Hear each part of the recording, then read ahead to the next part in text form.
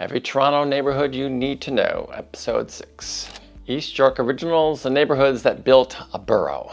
Welcome back to Every Toronto Neighborhood You Need to Know. I'm Timothy Swift, and today we're heading into Old East York, a former borough with roots stretching back to the 1800s, to explore 7 communities that helped build Toronto's East End identity: Woodbine Heights, Pape Village, and Tormorton Village, Playter Estates, East Chinatown, Crescent Town, and Broadview North, Woodbine Corridor, and the Woodbine-Lumsden. These neighborhoods were built by settlers, tradespeople, factory workers, and visionaries. And today they're some of the most vibrant, evolving areas east of the Don. Stick around. In just a moment, we'll reveal where we're heading in the next episode so you won't miss a neighborhood.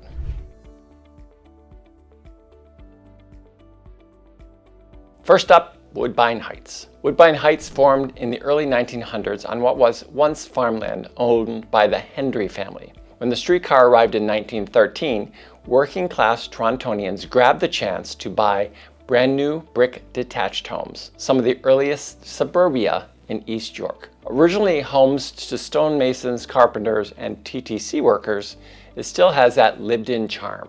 Wide lots, front porches, and mature maple trees. St. Brigid's Paris, the offbeat Art Deco Rexall building, and local bike routes give it nostalgic heart.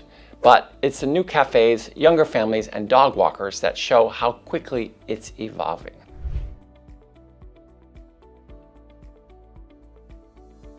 Pape Village and Tormorton Village. From the Don Valley paper mill in the 1820s to bustling small-town Main Street, that's the journey of Tormorton Village, one of Toronto's oldest industrial hamlets. It housed paper, flour, plaster, and grist mills, operating well into the 1900s. The area's industrial workers lived in cottages whose footprints still pop up along Broadview. Today, the commercial strip from Cosbourne South to O'Connor is known as Pape Village, lined with true local business legends: bakeries, tailor shops, diners, and barbers, many multi-generational immigrant-owned. New mid-rise condos are inching in, but it still feels like a 1950s small town in the middle of the city.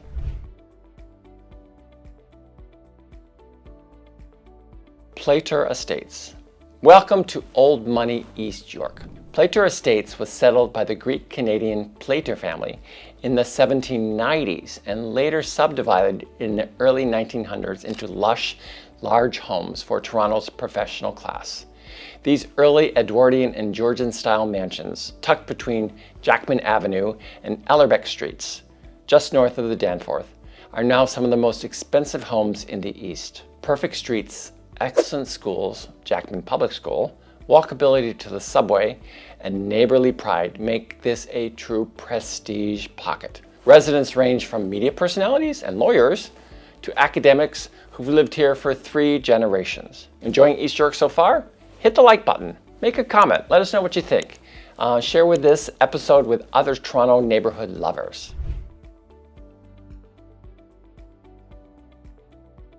Now on to East Chinatown. In the 1970s, a wave of Cantonese-speaking Torontonians were pushed eastward when the original Chinatown near City Hall was demolished.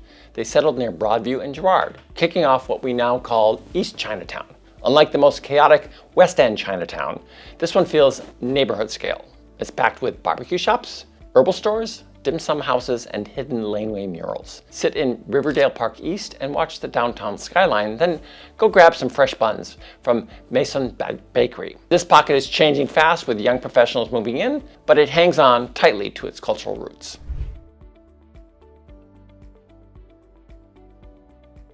Crescent Town and Broadview North. Crescent Town began in the 1920s as a model town for Canadian National Railway employees. Built by philanthropists Susan and Walter Macy, it was redeveloped in the 1970s into a tower community we see today. 5 massive apartment buildings linked by an indoor malls, schools, and walkways, an early vision of self-contained living. It remains one of Toronto's most multicultural pockets, anchored by Bengali, Pakistani, Afghan, and Caribbean families. Here are 30+ languages spoken in the malls alone. Affordable rentals make it a landing pad for newcomers chasing dreams. Just west, Broadview North hugs the Don Valley. filled with 1940s bungalows. It attracts renovators, gardeners, and cyclists who love the valley's trails. It's quiet, green, and very under the radar.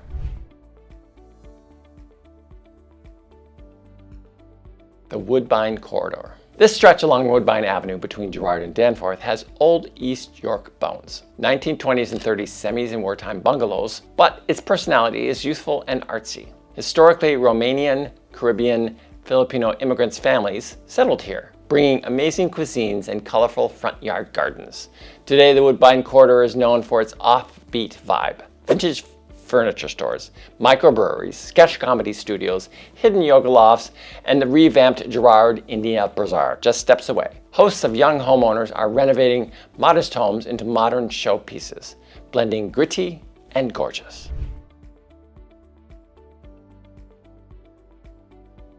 Woodbine-Lumsden. Bordered by Mortimer, Coxwell, Maine, and Taylor Creek ravines, Woodbine-Lumsden was once where East York's factory workers bought their first homes. 1920s English-style brick, narrow lots, in one of Toronto's most authentic residential feels. Original residents were British, Italian, and Jewish families. Now it's a melting pot of artists, commuters, and families who want ravine trails and the Danforth station nearby. Highlights include Stan Waldwell Park, Dieppe Park, homemade pierogies at Gala Bakery, and neighborhood street parties that feel like the 1950s never ended. Curious what's next? Our next episode, we'll be heading north into Midtown and North Toronto, where post-war bungalows, postmodern mansions, and movie-set streets collide.